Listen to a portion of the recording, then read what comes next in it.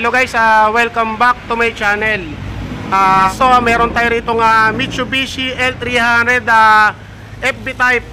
Bali guys, ang problema nito yung sa wiper niya, yung intermittent ng wiper niya, hindi siya nag-automatic.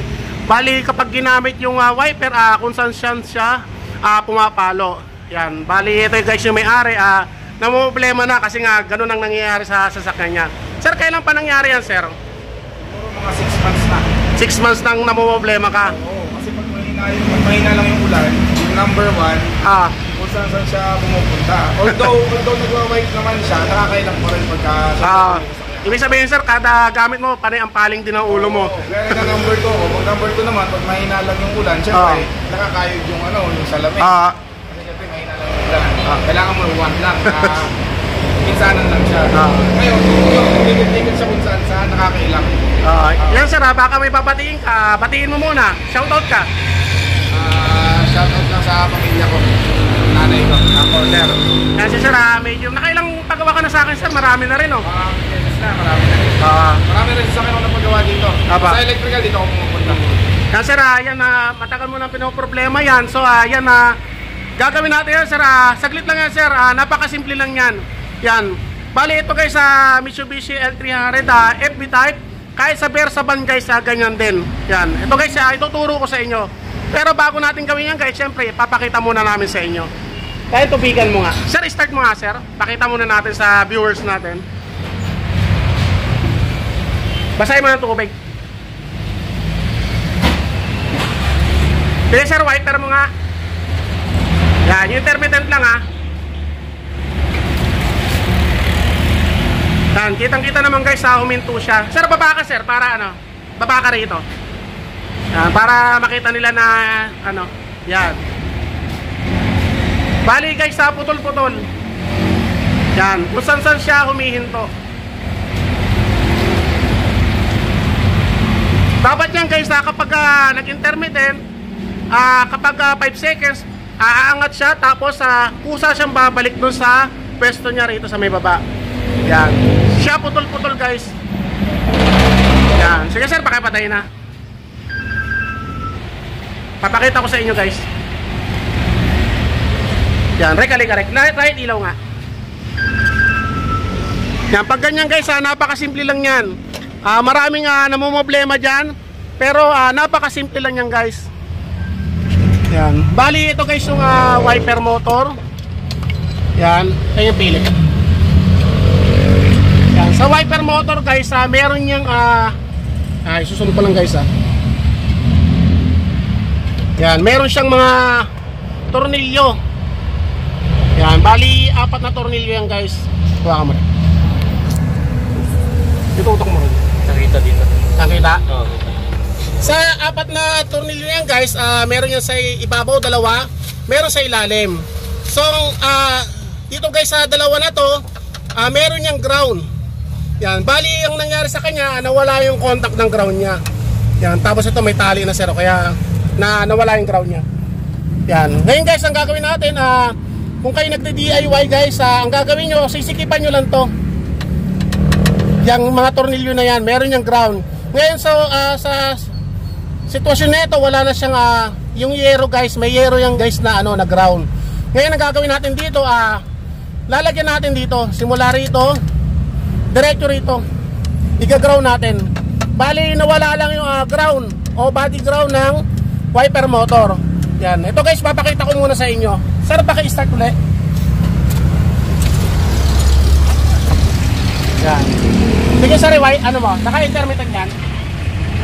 Yan, tumitigil. Pinamore ka.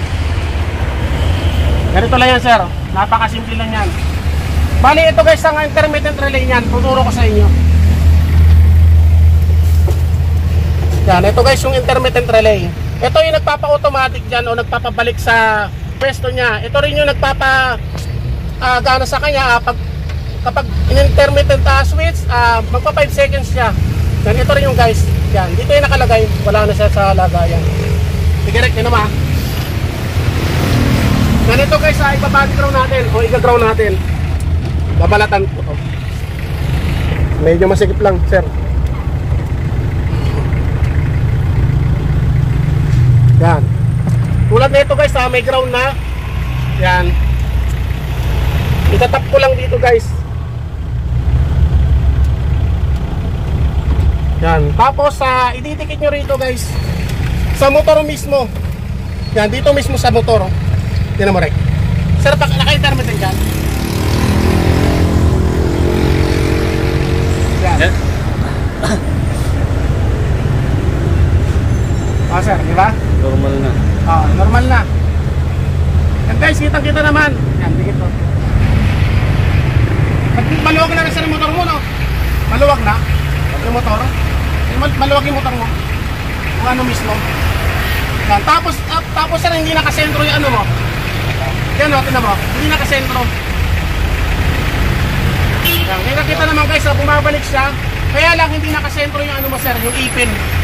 Yung ipin na ito. Yan. Yan sir, kita mo. Hindi nakasentro. Kita naman guys, kung ano siya. Ang tatanggalin ko. Yan. Yan mo sir, di ba? Didikit ko.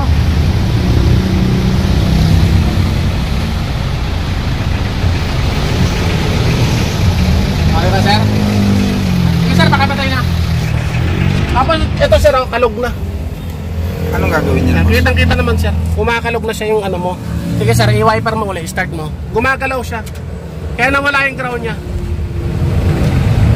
Yan, ang laki ng kalog.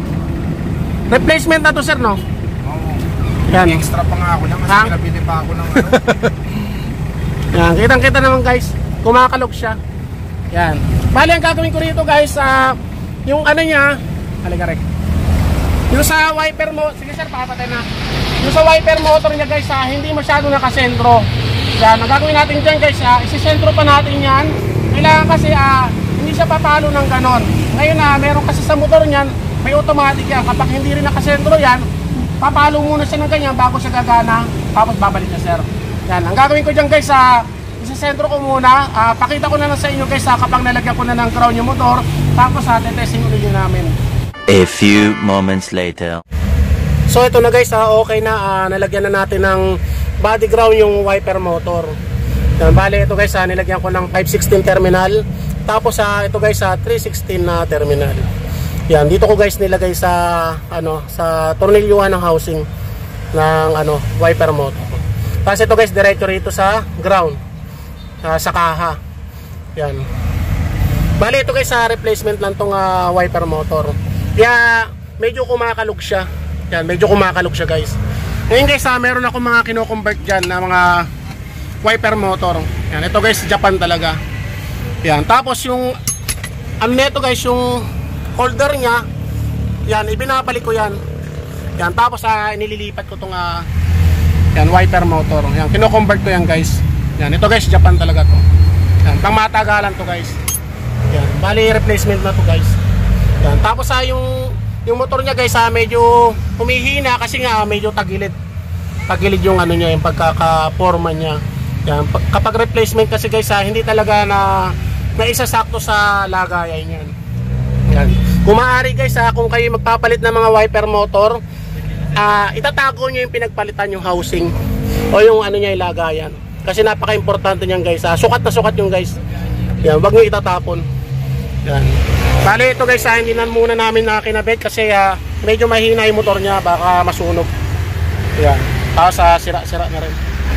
Baka magasgas yung windshield. Yan. Sige sir, start. Ryan, basahin mo. Yan.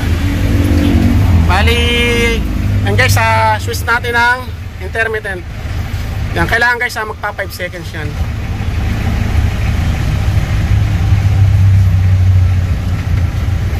Yan. Tapos kapag ilaw natin, yan high, yan low. Kailangan guys, kapag pinatay natin yung wiper switch, kailangan babalik siya sa pababa. Yan. Diba sir? Yan yung ginawa natin guys, para mag-automatic yan. Ang ginawa ko yun, yung binadiground ko sa may motor, yung pinakita ko kanina. Yan. Ito sir, pag nagwa-wiper ka, pati ulo mo sinasabay mo, no? Kasi nga, hinahanap mo yung pwesto. Yan, kitang-kita naman guys. Saan siya humihinto eh. Kung saan humihinto. Yan. Bali ito sir, palitan mo na lang to sir ng ano. Kung maaari sir, pati yung ano niya, yung arm niya, palitan mo na rin kasi ano na rin, matigas na rin. Parang nalungkot ko rin to dati dahil nga... Oo. Ganun lang. Yan, ito guys, delikado yan guys, kasi kapag napunot yan, kakaskas yan dito. Mangyayari yan guys, masisira tong ano, windshield. Magagasgas. Nangyari na dati yan dyan. Oo. Yan, kitang-kita naman guys. Yan, bali Mitsubishi L300 guys, FB type at saka Versa van. Iisa lang yan guys. Ganun lang ang gagawin nyo guys, kapag paputol-putol ang yung blade niya o yung motor niya, ganun lang guys ang gagawin nyo. Yan, maglalagay lang kayo guys ng ground diretso sa motor, tapos i-ground nyo rito sa may kaha. Ngayon guys, kung andito pa yung ground niya sa may motor mismo, sisikipan nyo lang to guys, itong dalawa na to, pati sa ibabaw para sigurado. Yan, okay na guys. Yan, guys, sana may natutunan kayo guys sa mga share kong video. Yan, ito si sir. Sir, maraming salamat po sa inyo. Salamat, thank you. Hindi ka na mapaproblema. Oo. Sir, wala ka na babatiin? Mga kaibigan mo? Wala akong maalala eh. Medyo madami. Medyo madami. Sir, maraming salamat po sa iyo. Ingat po sa pag-uwi. Dito. Ingat po sa pag-uwi, sir. Yan. So yan guys, sana may natutunan kayo sa share kong bagong video. Maraming salamat.